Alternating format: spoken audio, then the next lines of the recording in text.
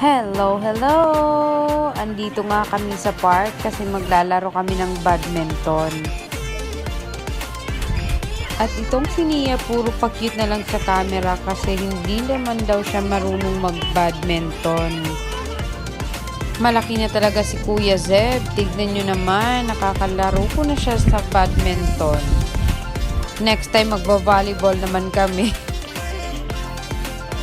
Mas mabuti ng ganito yung naglalaro kami sa labas, yung nasa labas sila naglalaro, kaysa puro screen time lang yung ginagawa sa bahay.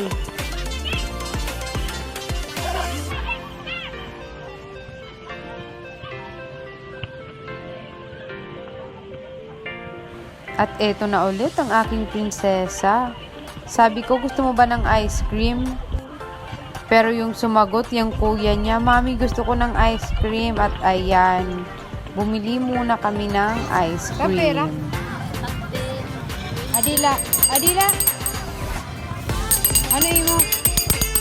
Palagi talaga hinahawakan ni Zeb yung bell kapag bumili ng ice cream. At ayan, pinalagyan niya pa ng parang chocolate syrup yung ice cream niya. Ayaw na ba yung dumi? Yung chocolate? Sobrang happy ni Nia. Tingnan niyo naman.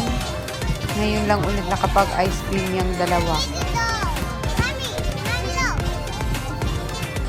Sabi niya, Mami, video mo ako habang kumakain. At ayan, tapos na silang kumain. Nag-skateboard na si Kuya Zeb. At pupunta naman kami sa my playground. Ngayon lang ulit nagbukas to, kaya naman napaka-excited ni Nia. Dito kailangan mo ba rin daw yung shoes or yung tsinelas? Kakaloka. Sobrang dami nga ng mga bata. Enjoy sila dahil nagbukas na naman to. May fence kasi tong playground na to. Kaya kapag nakasarado, yung ibang bata, umaakyat na lang sa fence para makapaglaro. At eto nga ako, taga-bit-bit ng dala ni Kuya Zeb yung skateboard at yung badminton niya. Hay naku, para ako yung nahihilo dyan.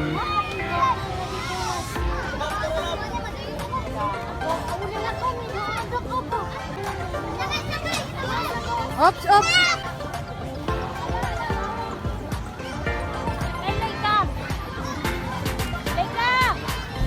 Tinawag nga ako ni Kuya Zeb, sabi niya, Mami, kaya ko na to, yung monkey bar. At ayan, nakaya nga niya ng mga apat. Ang sarap maging bata, palaro-laro lang, kain, walang problema. And after niyan ay nag-skateboard na ulit si Kuya Zeb. Ang daming hilig ng batang to. Kung ano lang yung makita, gusto. Ito naman, todo takbo dito sa may, ewan ko anong tawag nito dito. Nahiya nga si Kuya Zeb kasi may malalaki nang nag-skateboard. Nag-isip pa siya kung saan siya mag-skateboard kasi nahihiya talaga siya sa mga kuya. Sabi niya, Mami, doon na lang ako at sundan mo ako. And after dito sa park ay bumili na kami ng ulam namin at pumunta sa bahay ng lolo at lola niya and umuwi na. Thank you for watching!